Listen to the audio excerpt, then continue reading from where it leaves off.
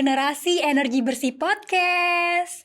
Today we are celebrating Kartini's Day with our special team, Kartini for Renewable Energy. And joining us, Nurul Sarifah, a dedicated campaigner from Kpop4Planet, a unique climate initiative inspired by K-pop fans. How are you, Nurul? I'm good, Mai. How are you? I'm good too. Excited to see you here today.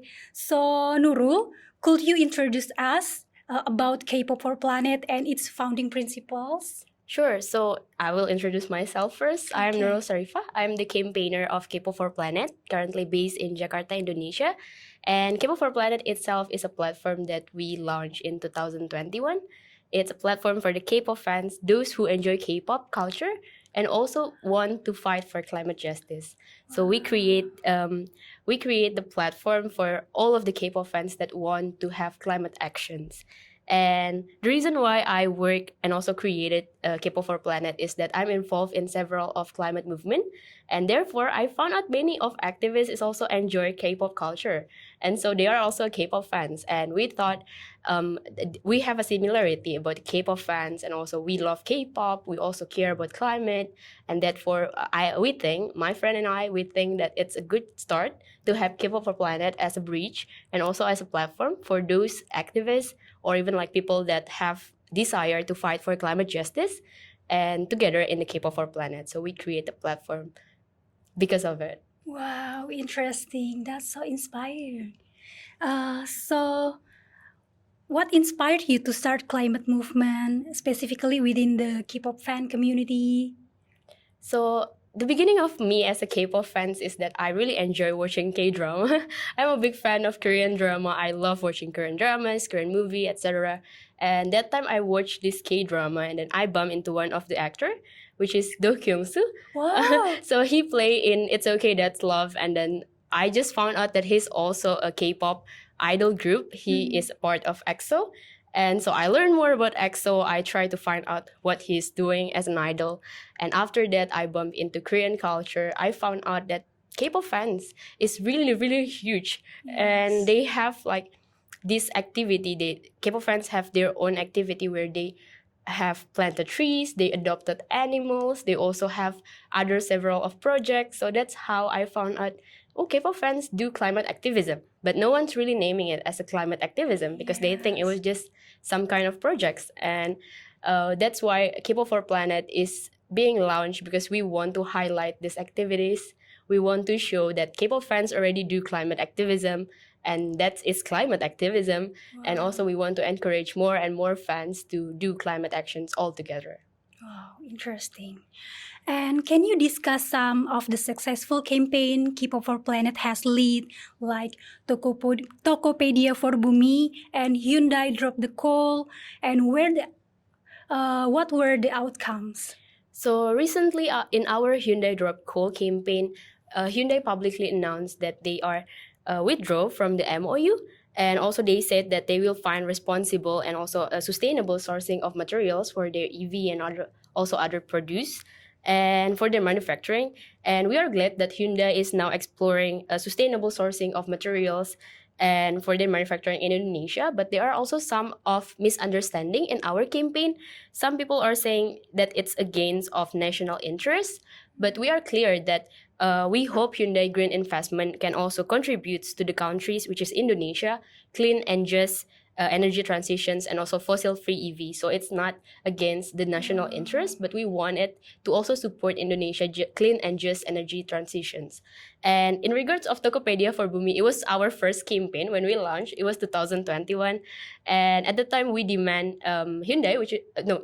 we demand Tokopedia, which is one of the biggest e-commerce at that time in Indonesia, and also coming from Indonesia itself. The reason why we are targeting Tokopedia is because at that time Tokopedia chose a couple of K-pop idols as the brand ambassadors. They choose BTS, Blackpink, and also NCT. And they are very big at that time among the K-pop fans. K-pop fans love using Tokopedia because of it. And Tokopedia is also becoming the pioneers of e-commerce in Asia, especially Southeast Asia, because of that as well. So we demand them to have their electricity coming from 100% renewable energy. And from the campaign, we managed to have coming discussions with Tokopedia itself. So Tokopedia listening to the K-pop fans' voices, and we have a discussions about their sustainable and also a critical dialogue was created between Tokopedia, Kpop4Planet, and also K-pop fans, and to discuss how to make their policies better. So these two campaign is mainly focusing in Indonesia with Indonesian K-pop fans, and both of the companies is really responsive and also responsible, and also they answering the K-pop fans' demands. So it shows on how big K-pop fans' power is to move like big company like Tokopedia and even like Hyundai, which is South Korea company. So it's two of the major campaign that I proudly say like how Indonesian K-pop fans along with global K-pop fans can also move these big two companies. Yes, that's very successful for you. As you mentioned before that so many K-pop fans are engaged with this climate change movement. And how do you keep the engagement and also motivate K-pop fans to participate in this environmental activism? So I would say K-pop fans already known for initiating fan projects such as planting tree, donating to trees, to the victim of climate crisis as well, and they are also involved in social movement as well, like Black Lives Matter and also Save Papua Forest. Back then, it was very big in Indonesia, so they also support that kind of social and also environmental movement. And in environmental activism, particularly, K-pop fans have their own unique way of taking action. So I mentioned about celebrating birthday with planting trees, for example. So it was something that very unique and also very K-pop fans, I would say. It shows their culture. It shows on how they celebrating something in a different way. And also, for example, we also collaborate with one of BTS ARMY fans, and we donate to a tree in one of the forests in Sumatra, in the name of BTS, just for their celebrating their anniversary. So there was something very unique. There's something unique about K-pop fans and environmental activism. And so some of them also even created a forest, like a mini forest. Like for example, in Seoul, they have this RM forest specifically made for one of BTS member RM. So fans already have the motivation. If you were asking about motivation, it was there. It was already there. And they also already have the purpose of their environmental activism. So it was already there. And what Kpop4Planet does is just to gather them and also to make this into a bigger maze and also a bigger impact. So we are not necessarily giving motivations or engaging with them, but we were just gathering all of them that already have the motivation. And as for the engagement itself, many of K-pop fans is coming from the youths, and youths is everywhere in social media. That was one of the easiest way to come and to find and also to engage with youth in social media. And so with fans mainly coming from the younger generations, they have seen and know the urgency of taking actions, especially for climate. They see on how it's affecting their life, affecting their future. So they know the urgency is there and they already have the motivations to move as well. And so with the easiest way to find them in social media, we gather the mass and then also we connect with many of the K-pop fans, not only in Indonesia, but also in globally. And that's how ever since we launched, we have 8 campaigns up until today. We have 8 campaigns targeting like K-pop industry and also corporations.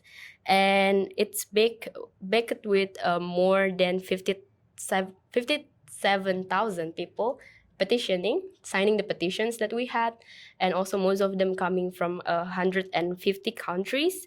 And we also have more than 25 global ambassadors coming from more than 10 countries. So it's a very global movement. And thanks to social media and also thanks to the huge growth of K-pop fans, that's how we make this campaign bigger in terms of the impact and also in terms of the maze itself. So yeah. Wow, that's a lot.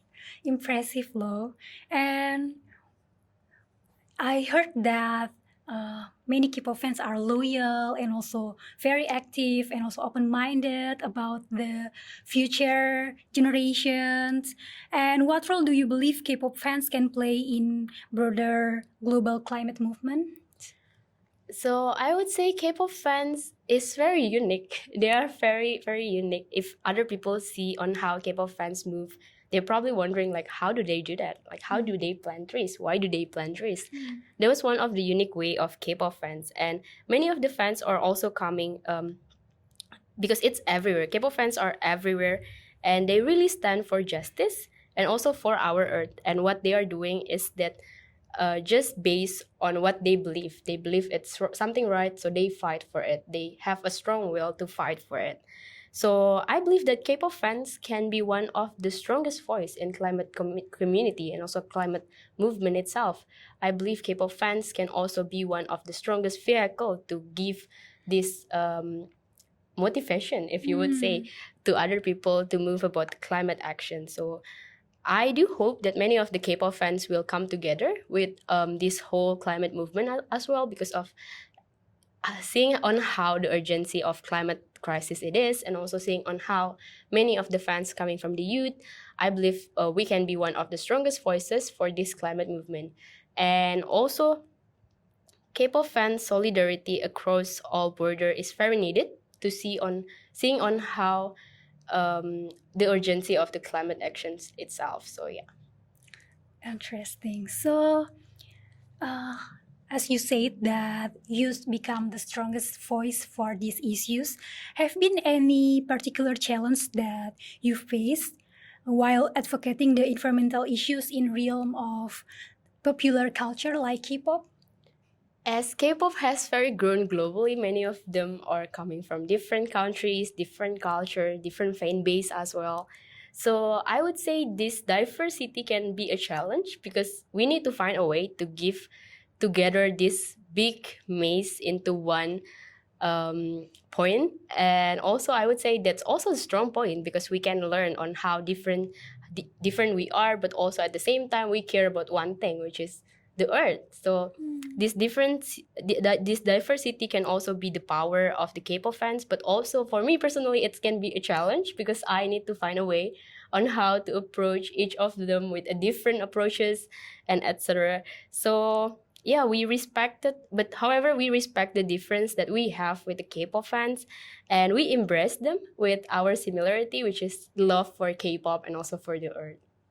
Wow, so embrace the diversity with the love for planet, right? And Nurul, looking ahead, what are some of the major goals of Kpop4Planet aims to achieve in next few years? Many of the K-pop fans is also not coming from the youth only, but also coming from Asia and also from women. So our ultimate goal is to expand the climate community and also involving Asian women, youths' voices to be more heard in the community because they are also the most affected and also the most important person to be also involved in the climate community. And also Asia is still heavily using fossil fuels and even adding more new infrastructure. So it is very critical for us in Asia to make the just energy transitions that will also help our sustainable development in the region. So for us, the future generations, we don't have any more space and also any more time to allow the new fossil fuels into our life. So that's why we are campaigning against corporations and also governments that have the key of changing the whole situations into a better one. And I saw the news on how we are now at the global boiling era.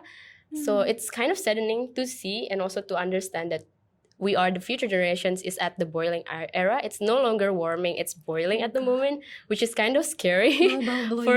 For some of us, it sounds very scary. Yes. So this is another reason that why we don't have any more time to keep doing what we are doing at the moment. So we have to fight for the climate justice and also fight with the climate actions. And with the K-pop fans never giving up. They fight for what is right, and then they are never giving up on what they think is right. So that is one strong point of K-pop fans. So I believe with this and also our future is at the stake, we will never stop until we see the real changes. So that was our ultimate goal, to fight with the K-pop fans and also others. Wow, interesting. So, as you said that many of K-pop fans are come from young generation, especially the Gen Z and the Gen Alpha, right? And how do you see the evolution of fan-driven activism in terms of its impact on corporate and governmental and environmental policies? So I saw how the strong passions and also the love of the K-pop fans drive the fan activism and in bring it into a big change.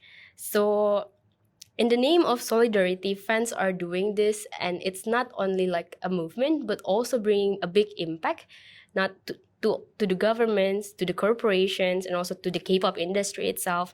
So, for example, one of our campaign called "No K-pop on a Dead Planet," and there was also one of the campaign where we speak with the K-pop fans about the main issues that we keep talking about, which is the albums issues. We are asking the entertainment industry to provide green album options and also to think of a better sustainable options for all of the K-pop fans.